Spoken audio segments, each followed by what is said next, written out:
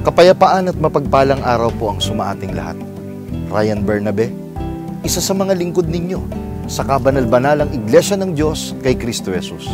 It's a new day, fresh start, fresh energy, new opportunities. Get your mind right. Be thankful, be positive, and start your day right. And have a blessed day. Simula ng umaga at damhin ng pagpapala, araw ay gawing payapa, na Espiritong Banal ang kasama. May matibay na pag-asa, tayo ay mga pinagpala, na tanging sambin ng puso. Ama, salamat po.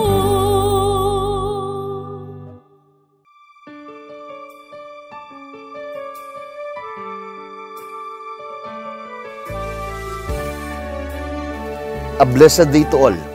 Muli ay isang pinagpalang araw ang sumaating lahat.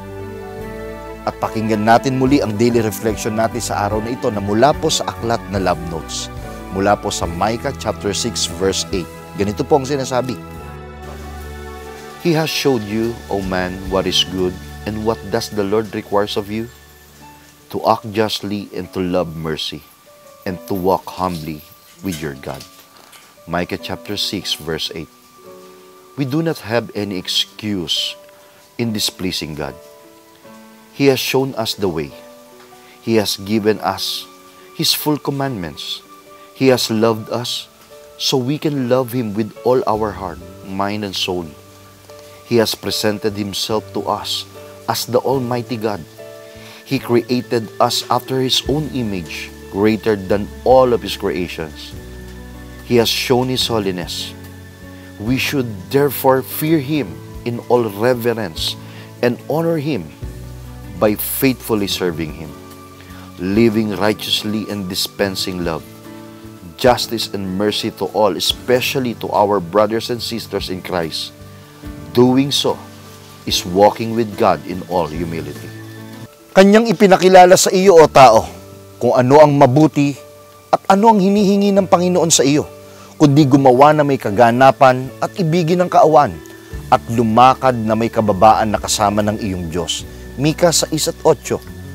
Walang anumang dahilan upang hindi maging kalugod-lugod sa Diyos. Ipinakita niya sa atin ang daan. Binigyan niya tayo ng kanyang buong mga utos. Minahal niya tayo upang magmahal din tayo sa kanya ng buong puso, isip at ng kaluluwa. Ipinakilala niya ang kanyang sarili sa atin bilang makapangyarihang Diyos. Nilikha niya tayo ayon sa kanyang sariling larawan. Higit pa sa lahat ng kanyang nilikha, ipinakita niya ang kanyang kabanalan. Kaya nga, dapat nating katakutan siya ng buong kabanalan at sa buong pagpaparangal sa Kanya sa pamamagitan ng tapat na paglilingkod, pamumuhay na matuwid at pagbibigay ng pag-ibig, katarungan at awa sa lahat, lalo na sa ating mga kapatid kay Kristo. Ang paggawa nito ay paglakad na kasama ng Diyos sa buong kapakumbabaan.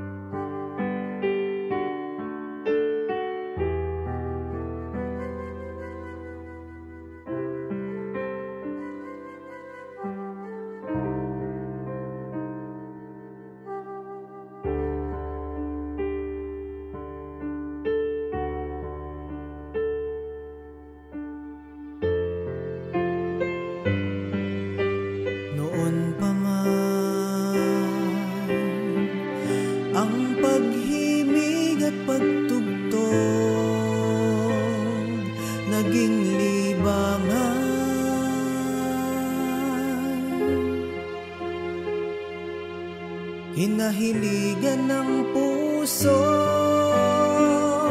sa kasiyahan maging sa kalungkutan man, laging katuwang.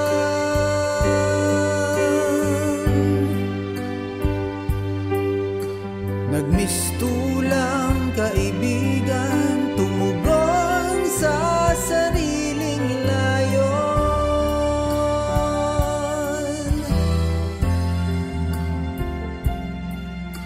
Ang pagtugtog at paghimig, tumugon sa sariling layon.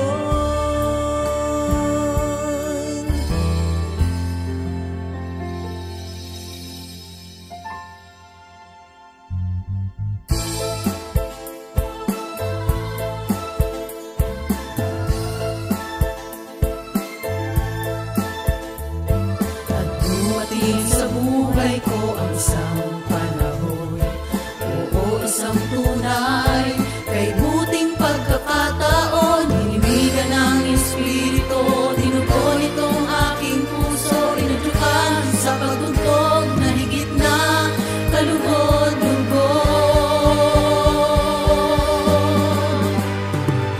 At dumating sa buhay ko ang isang panahon, oo, isang tunay, kay buting pagkakataon. Hinimigan ng Espiritu, dinugon itong aking puso, inudyukan sa pagtugtog na higit na kalugod-lugod. Salamat sa pagkakataon.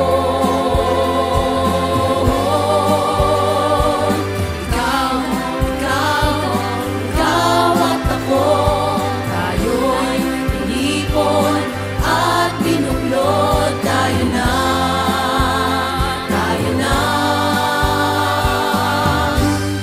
buhayin ang panugtog.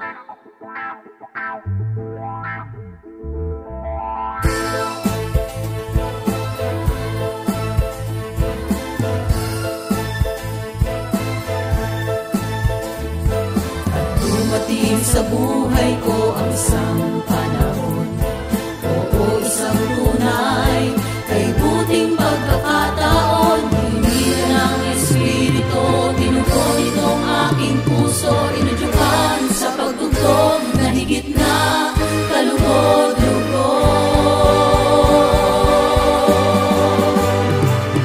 Salamat sa pagkakataon.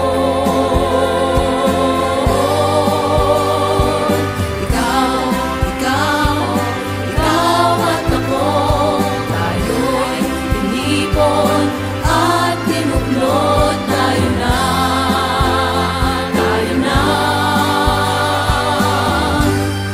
buhayin ang panugtog.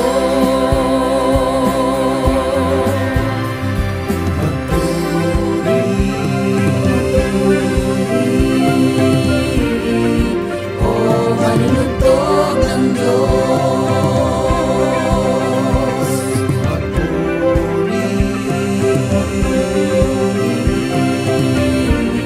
tumugtog para sa Diyos. Hawakan ng mga panugtog, hawakan ng mga panugtog, hawakan ng mga panugtog, hawakan ng mga panugtog, hawakan ng mga panugtog. Sa Diyos ay magpuri at maghandog, ipaglingkod ang kahusayan, isulong ang pamamahalan, magtanghal ng may kababaan.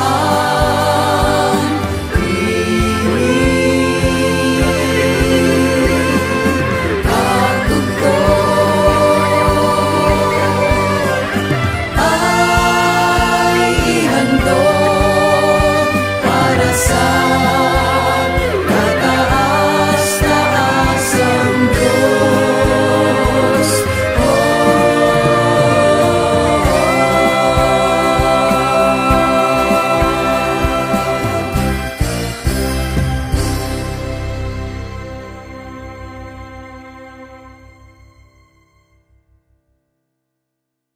A blessed day to all. Kayo po'y kasalukuyang nanonood ng programang ipinaglilingkod ng Kabanal-Banalang Iglesia ng Diyos kay Kristo Jesus.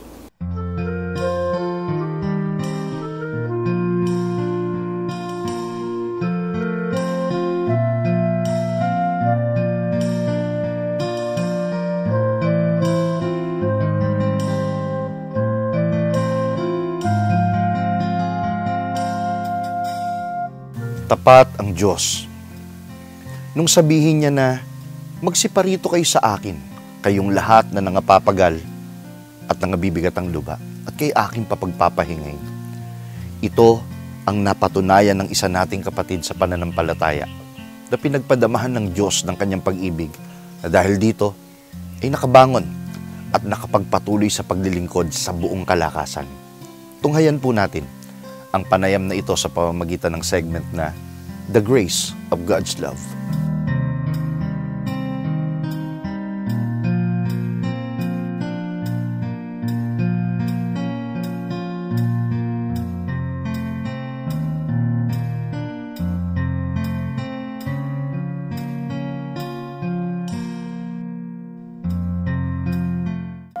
Kapayapaan po ang sumaating lahat. Ako po si kapatid na Elise Gomez at nandito po tayo sa ating punong tanggapan ng Kabanal-Banalang Iglesia ng Diyos kay Kristo Jesus upang kapanayamin ng isa sa kapatid sa Kabanal-Banalang Iglesia, ang kapatid na Raguel o Reynante Santiago, na nakaranas ng Grace of God's Love. Kapatid na Reynante, bago po ang lahat, maaari po ba kayong magpakilala? Ako po si Brother Reynante Santiago. Ang spiritual name ko po is Raguel. Ako po ay 55 taong gulang. Ako po ay nabaptismuhan noong September 29, 2018. Ako po ang nag-aanim na taon na sa iglesia at ako po kasalukuyan na sinasanay bilang isang diakon. Maaari niyo po bang ibahagi sa amin kung paano po kayo natawag sa paglilingkod sa Panginoon? Ako po ay natawag sa paglilingkod sa Panginoon. No, ako po minsan po na ako po nag-service sa isa pong kapatid na si Sister Ada. Pag-ingat ako nagugupit kay Sister Ada, bigla naman po dumating yung kapatid na Amnon. At inak po niya ako na mag-Bible study po. At ako naman po pumayag. Tapos dumating naman po sa pagkakataon na, sa pangalawang pagkakataon, minsan po dumarating si Brother Amnon ng mag-Bible study. Bila po akong tatalikod. Tatakbo po ako. At nagugulat naman po ako. Paghinto ko, si Brother Amnon din po ang nasa harapan ko. Tapos dumating naman po sa pagkakataon na nasa likod si Brother Amnon, tatakbo naman po ako. Paghinto ko rin si Brother Amnon pa rin po, nasa likod ko, Brother, Bible study po tayo. Tapos wala po akong magawa at sabi ko, sige Brother, saan po ba ang Bible study natin? At dito meron po kaming kapatid, meron po ako in-mission dito. Dito po tayo, sabay ko na lang po kayo. O sige po Brother, nagulat naman po ako mga ilang araw po nakakalipas. May kumakatok po sa bahay. Nung panahon po na kumakatok si Brother Amnon sa bahay, aminin ko po sa inyo na ako po gagamit po sana na po babago na gano'n. At pagkatok naman po ni Brother Amnon, ayaw ko po yung pagbuklan. Sabi ko, sino po ba yan? Sabi ko pa po ang gano'n. Tapos hanggang sa doon natin po sa punto na kakakatok ni Brother Amnon, ako po nakapagmula na nagpagsalita ng hindi maganda. Sabi ko pa bago po buksan ang pinto, ako ulit naman nito. Sabi ko po gano'n. Pagbukas ng pinto at nakita ko si Brother Amnon, sabi ko, ay Brother, kayo po pala. Sabi ni Brother Amnon, Bible study po tayo, Brother. Sabi ko, sige po, tuloy po kayo, Brother. Sabi ko po gano'n sa amin. Tapos, bula lang po ako patingin sa taas. Sabi ko, Panginoon, kung talaga po ako po'y tawag na ninyo, buong puso ko na po kayong tatanggapin. At hindi na po ako aayaw. Tapos, patuloy na po ako sa paglilingkod hanggang sa sumasama na nga po kami ng Bible study na rin po kami sa loob ng bahay. Tumatawag na po ako ng mga taong kapitbahay namin para po mag-Bible study sa bahay. Ayun po yung naging simula. Yung pagpapatuloy niyo po kay Brother Amnon sa bahay ninyo. Opo. Tingin niyo po, kasalukuyan ito, may tukso kayo nun eh. Ano po yung nagpabago ng isip niyo na patuloy na lang si Brother Amnon kesa ipagpatuloy po sana yung bisyo po? yun po yung isang bagay na nasabi ko sa sarili ko na talagang tawag na po talaga ako ng Panginoon. Naramdaman niyo? Naramdaman ko po yun. At nagpapasalamat naman po ako sa Panginoon dahil nga po talagang napakabuti niya sa akin. Hindi po talaga niya ako pinabayaan. Napakagandang storya po, no? Opo. Talagang pinili niyo ang Panginoon sa pagkakataong yun. Opo. Ano po kaya yung iba't ibang rason kung bakit ayaw niyo magtuloy noon? Ano po yung naging rason ngayon? Bakit niyo naisipan na magtuloy-tuloy po sa paglilingkod? Dahil po sa kagustuhan ko po talaga makapagbagong buhay. Kaya ko po ginawang magpatuloy. Pwede niyo po bang ibahagi sa amin kung ano po yung mga magagandang karanasan niyo na po sa paglilingkod sa Panginoon? Una-una po ang pagsamba at sasama po sa mga misyon at pagdalaw po sa mga kapatid. May nabago po ba sa paglilingkod niyo ngayon kumpara noon? Minsan po dumarating po sa punto na nakakaranas po ako para po ako nanghihina. Hindi po ako sumasamba at hindi po ako nakakasama sa gawain sa iglesia. Kapag ganun po yung nararamdaman niyo, ano po yung ginagawa niyo? Nananalangin po ako sa Panginoon at humingi po ako sa Kanya ng gabay kung ano po ang nararapat kong gawin. Pagkatapos po nun, nagkakaroon na po kayo ng lakas at pananampalataya para magpatuloy. Yamang ibinigay sa inyo ang pagkakataong ito, paano po ninyo ilalarawan ang kadakilaan ng pag-ibig ng Diyos na ipinadama niya sa inyo? Ang aking pinaramdaman sa pag-ibig at kadakilaan ng Panginoon, inalis niya ako sa mga luma kong gawain na katulad po yung ako pinakikiapid sa kapwa lalaki at yung pagsusugal at yung po gumagamit po ako mga pagbabawal na gano'n. At dumating po sa punto na pati po ang buhay namin ng aking anak ay napabayaan ko na rin. Masasabi niyo po ba na tuluyan niyo ng talikuran yung mga gawain niyo po dati, ngayon? Opo. Katulad po ng dumating din sa pagkakataon na kapag ako nakagamit ito ng babawal na gamot, ako po ay nalulungkot at ako po umiiyak. Minsan po dumarating po sa pagkakataon na pupunta po ako sa kapilya at kakausapin ko po ang mga mahal na iba. Nakatulad po si Brother Amnon, Brother Haran at Brother Jan. Doon po ako sa kanila nagbibigay ng aking kalooban. Dumating po sa pagkakataon na natanong po ako sa kanila na ako po ba talagang lingkod ng Panginoon? Bakit pa po ako gumaganap sa luma kong buhay? At saka minsan po tinakausap po ko ang Panginoon. Nang sabi ko po sa Panginoon, Panginoon, tunay po ba hindi akong lingkod? Bakit po hanggang ngayon ako po ginagawa sa mga luma akong buhay? Sasabi ko, Panginoon, ituro po niyo sa akin kung ano po nalalapat kung gawin. At minsan nga po dumating sa punto na para pag tinatawag po ako ng sa gamit ng pagbabawal na gamot, tumatawag ko po ang anak ko at napapakulong na po ako sa kwarto. Yun po ang turo sa akin ng Panginoon siguro ng panahon na yun para po makaiwas ako sa mga gawain na hindi nararapat. Sa panahon po ngayon, masasabi niyo po bang tuluyan na po ba kayong tumalikod doon o hanggang ngayon pinaglalabanan niyo pa rin po siya? Una po sa lahat, ayaw ko na balikan nangyari sa buhay ko. Bakit po sa tingin niyo hindi na po kailangan balikan yung mga yun? Napakahirap po kasi na naranasan po sa dati kong buhay. At ibang-iba po ako ngayon sa buhay ko po na nandito ako sa Panginoon. Pwede niyo po bang masabi sa amin kung ano po yung pinagbago o yung difference ng buhay niyo noon sa buhay niyo ngayon? Na naglilingkod na po kayo sa Panginoon at tuluyang tumatalikod sa mga masasamang gawa noon. Sa una po sa lahat, ang karanasan ko po ngayon sa buhay ko ngayon ay iba talaga po kakaiba sa aking naging buhay ng kalipas sa panahon. Kasi po ang lahat po ng bagay na naging takbo ng buhay ko ngayon, talagang naramdaman ko nung ginagabayan ako ng Panginoon at hindi na ako pinabayaan. Personally po, Brother Raguel, sobrang na-appreciate ko po yung naging kwento nyo. Yung pagbabagong ipinakita po ng Panginoon sa buhay nyo ngayon, sobrang nakakamangha po siya. Ano po kaya yung specific na panalangin nyo po ngayon sa Panginoon? Ang panalangin ko po sa Panginoon ngayon Sana po, wag na po akong mabalik pa doon sa lima akong buhay at magpatuloy na po ako sa paglilingkod. Hindi ko po makakalimutan ang gawa ng Panginoon sa buhay ko. Kung meron po kayong maipapangako sa Panginoon, ano po kaya yun? Maipapangako po sa Panginoon, maglilingkod po ako sa Kanyang hanggang sa huli ko po ngayon.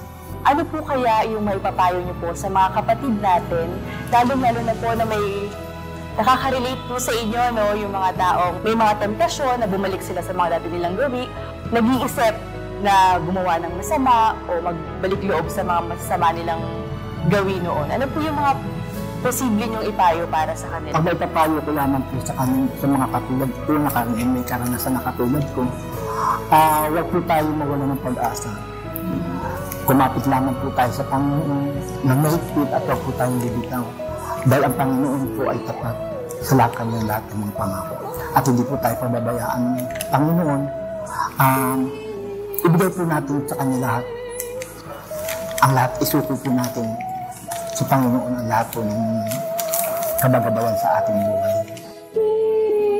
Is the grace of God's